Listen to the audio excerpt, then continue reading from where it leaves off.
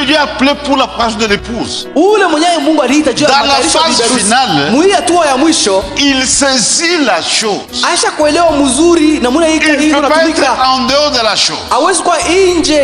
C'est pourquoi aujourd'hui, quiconque ne comprend pas cette connexion, pour nous, il n'est pas destiné à la préparation de l'épouse. Et c'est la vérité, mes frères. C'est pour tous ces faux prédicateurs de fausses doctrines. Mais ils amènent les gens en enfer.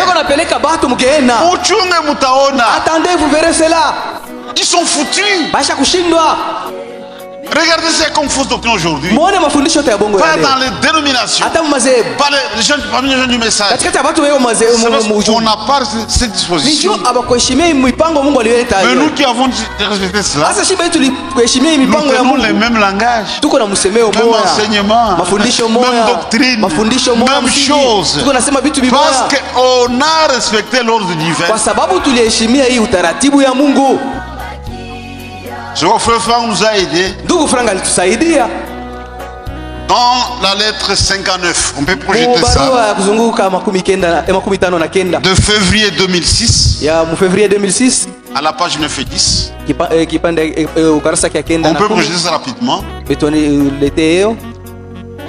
C'est une parenthèse. Mais elle est vraiment capitale. On reviendra sur ça plus tard.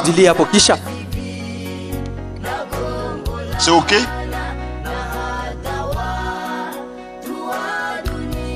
Je lis peut-être pour gagner le temps. Page 9 se fait à la fin. Il y a un ordre biblique de l'église dans lequel les militaires sont établis pour l'édification de l'église. Ici. Il y a un ordre biblique de l'église. À ne pas confondre avec l'ordre local. Là, les ministères sont établis pour l'édification de l'église. C'est tout ministère qui n'édifie pas l'église, il est désordonné.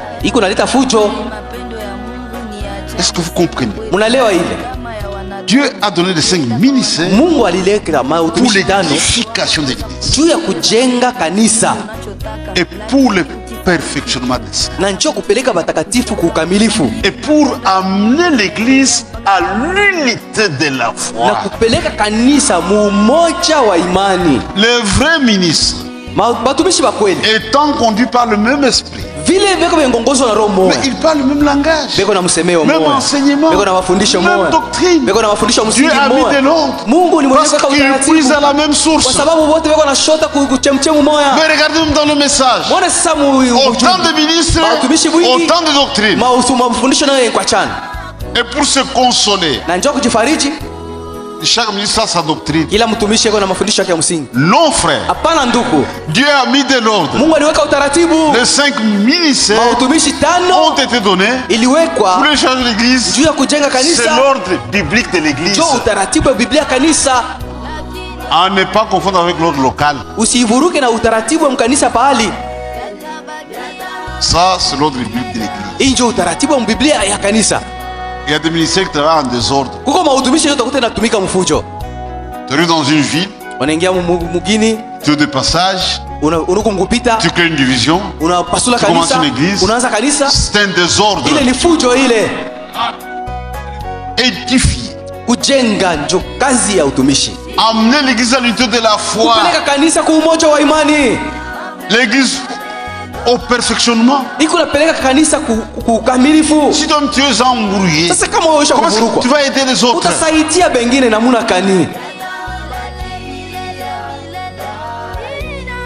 Et il y a un ordre de salut dans lequel arrive tout ce qui appartient au plan du salut. Frère, même dans le ministère, Dieu a mis de l'ordre. Il y a des ministères qui sont reliés au plan du salut. Frère, on doit respecter ces choses. C'est comme le ministère de Frère Branham. C'est un ministère qui est relié au plan du salut. C'est-à-dire aujourd'hui, il est impossible de parler du retour du Seigneur sans faire allusion au ministère de Frère Branham. C'est un ministère relié au plan du salut. Nous sommes des prédicateurs, mais les sphères d'action sont différentes. Frère n'a pas prié pour ça. Mais il a plus de responsabilité que moi. Je dois l'admettre, je dois l'accepter. Il n'a pas prié pour ça, il n'a pas gêné. Mais Dieu l'a choisi de façon souveraine. Je dois l'accepter. C'est comme Frère Franck. C'est un ministère relié au plan du salut. Il est impossible aujourd'hui de parler de la semence de l'œuvre sans faire allusion à ça. Il est là. Regarde, même sur le plan pratique, on peut faire de bruit, mais ça sort de l'ordinaire. On doit l'accepter. Ça, c'est l'ordre divin. Et cela a été rétabli. Nous comprenons que Jésus revient bientôt. Et nous sommes en train d'expérimenter. Maintenant, regardez mes frères. Ce sont des promesses destinées à l'église. La véritable église. Pas les assemblées du message. Quand Dieu fait l'histoire du salut, il y a des choses qui s'accomplissent sur toute l'humanité. Mais le vrai bénéficiaire sont des élus. Dieu dit, je vous enverrai Élie le prophète. Même si vous ne croyez pas, Dieu doit t'envoyer. Ne l'a-t-il pas envoyé? Il l'a fait. Mais qui sont les vrais bénéficiaires? C'est vous et c'est moi. Les autres, ils l'ont rejeté. Il y a la parole prophétique qui s'accomplit sur toute l'humanité. Même les incroyants expérimentent. En rapport avec le retour du Seigneur. Il y a des signes précurseurs. Il y aura des tremblements de terre. Même dans les pays musulmans, il y a eu des tremblements de terre. Même s'ils refusent la Bible, mais ils ont vécu ça. Ils peuvent trouver des explications, mais la vérité, c'est ce que Dieu avait prédit dans sa Bible. Même les dénominations qui rejettent ce message, les choses prophétisées s'accomplissent sous nos yeux. Regardez l'homosexualité. Jésus n'a-t-il pas dit ceux qui arriveront du temps de l'autre arriveront pareillement. Au temps de l'autre, les gens pratiquent l'homosexualité. Aujourd'hui, c'est légalisé. Même les églises, vous voyez ça. Vous voyez à l'œil nu. Le mal est légalisé. Mais nous sommes à l'écart. Les élus ne sont pas dans la perversion. Mais les sodomites sont dans la perversion. Quiconque a pris cette chose maudite, il ne peut être que perverti. Peu importe qui il est. Et on voit ça.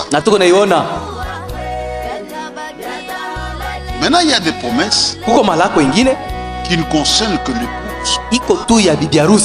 Frère, nous avons une particularité. Les promesses de Dieu, nous les portons dans nos cœurs. Pas au niveau de la bouche. Les gens du message, c'est au niveau de la bouche. Pourquoi l'a-t-il envoyé? C'est pour retourner le cœur des enfants. Nicho kurudisha mioyo ya batoto. À la fois des pères apôtres. Kuimani ya baba mitume. Et leur cœur. Na mioyo yabo. Ont-ils été retournés? Ilirudishwa kweli. À la fois des pères apôtres. Kuimani ya baba mitume. De vous et moi. Lakini moyo na mimi. Nos cœurs. Mioyo yetu. Ont été retournés. Ilirudishwa kuimani ya baba mitume. C'est nous qui avons bénéficié cela. Le message de l'heure. Ujumbe wa wakati. La définition c'est quoi? Maana yake ni nini? Le retour à la Bible. Kurudia kwa Biblia. C'est nous qui sommes retournés à la Bible. Les autres refusent. Les promesses, nous les portons dans nos cœurs.